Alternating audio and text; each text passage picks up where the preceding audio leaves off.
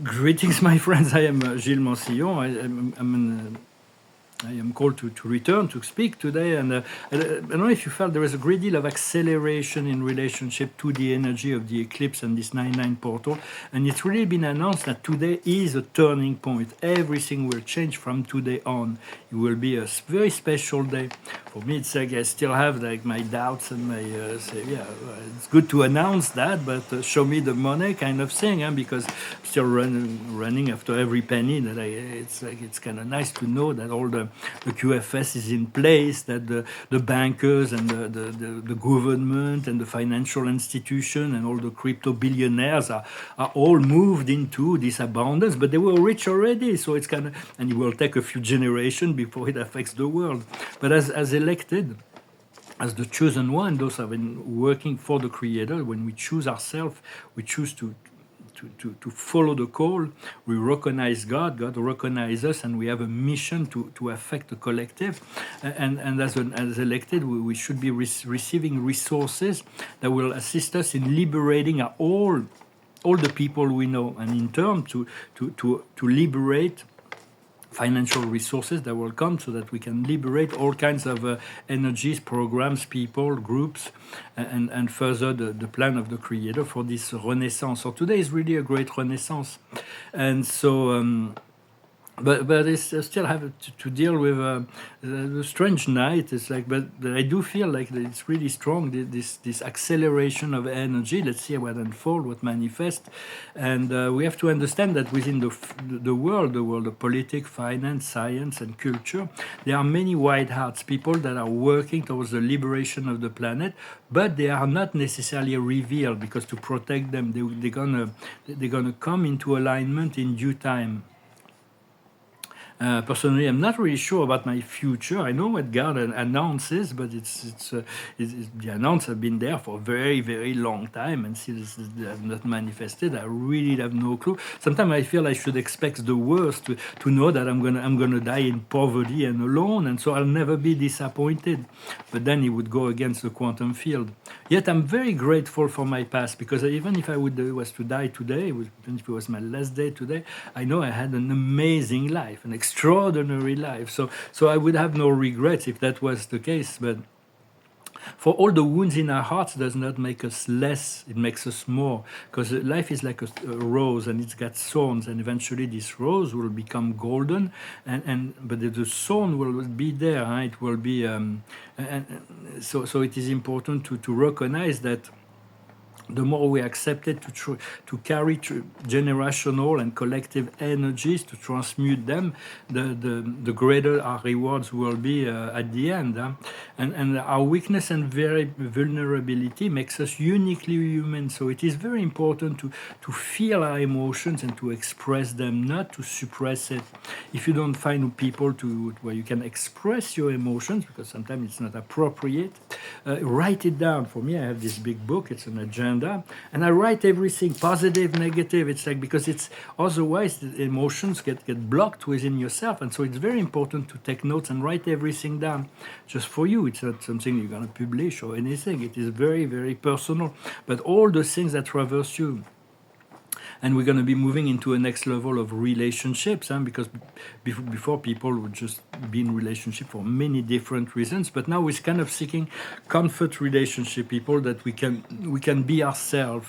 We can't fix anyone. If we come into a relationship, you have to accept the quirks and flaws of your partner at the beginning, so you don't get surprised, and then you just so it is important to accept each other. Nobody's perfect, but some people that are perfect for who we are, and so there's going to be new levels of relationships that will be we won't have to play a role or fake who we are. We have to find a relationship where we can be truly ourselves, and we have to become our own inner master rather than expecting other masters to waiting for other masters to save us. It's not going to work like that.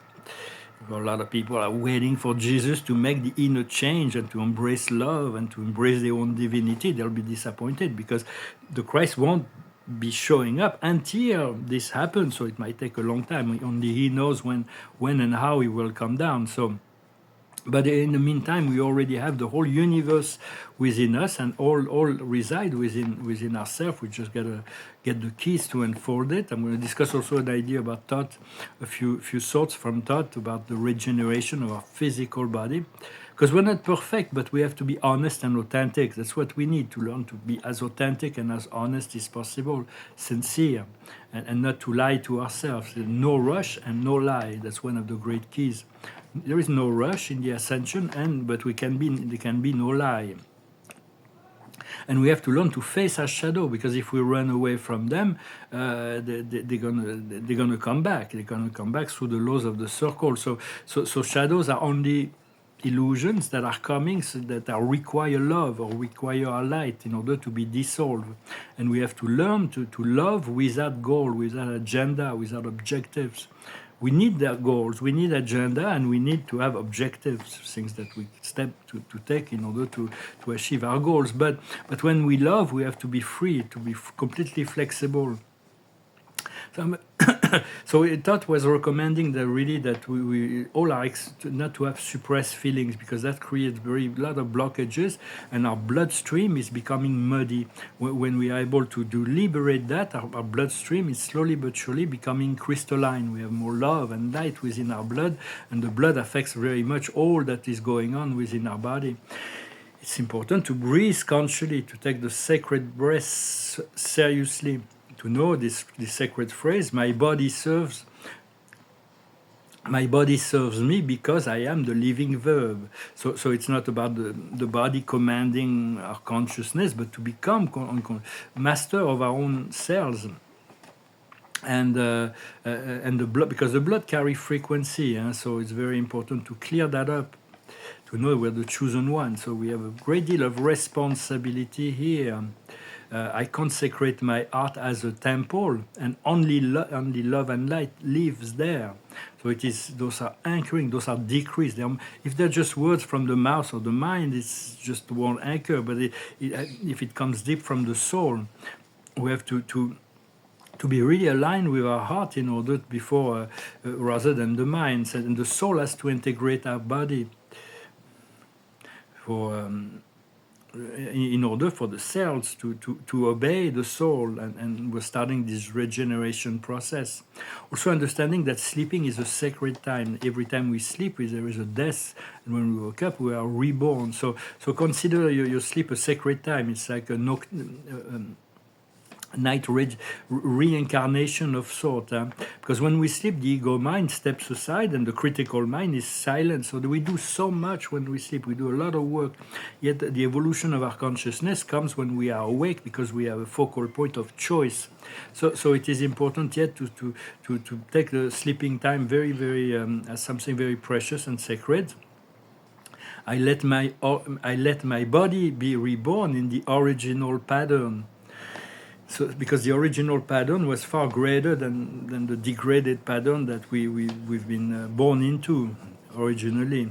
Once the geometry is restored, the blood is purified, the soul is integrated, the field is clear, and there is no fear in our heart. Our breath is consecrated, our emotions are released, then we can really anchor the knowledge that I am the word that reactivate the form. I command the flesh to obey my light. I command the flesh to obey my light. So it's like we do need to come into all those alignment, and we do need to consecrate our breath, to release our emotion, to purify our blood, to restore this sacred architecture within, to integrate our soul energy, to clear our field, and to remove all fears from our heart. And so those were some of the wisdom of the master thought. Is a good friend. It may be a little bit hermetic.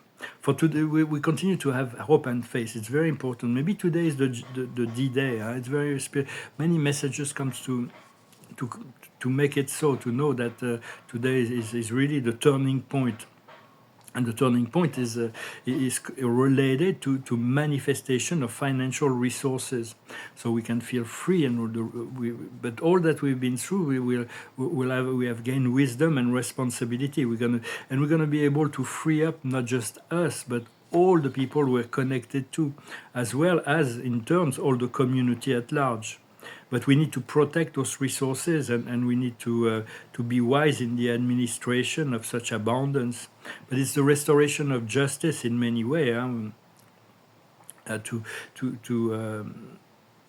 For the reward for all the work that we've done in without reward for many decades, been working or years or working within to assist the ascension of the planet. But that doesn't it's not like a job where you get a paycheck. It's like, well, some people were born into wealth, so they can do that without having to think about it. But if you don't have a large amount of money to serve God, then you do have to find a way to survive in the physical world, nevertheless.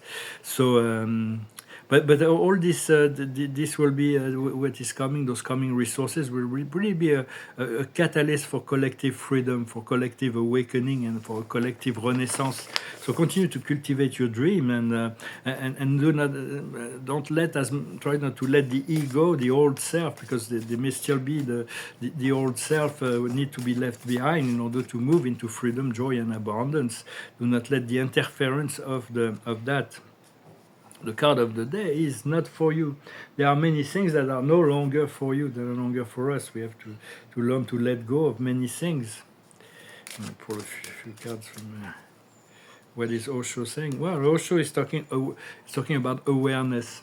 It's the inner self coming out, but it's also the doors to the world. It is the chariot. It is the recognition of a talent, it's a public success. It is the goer. It is the force of life in motion.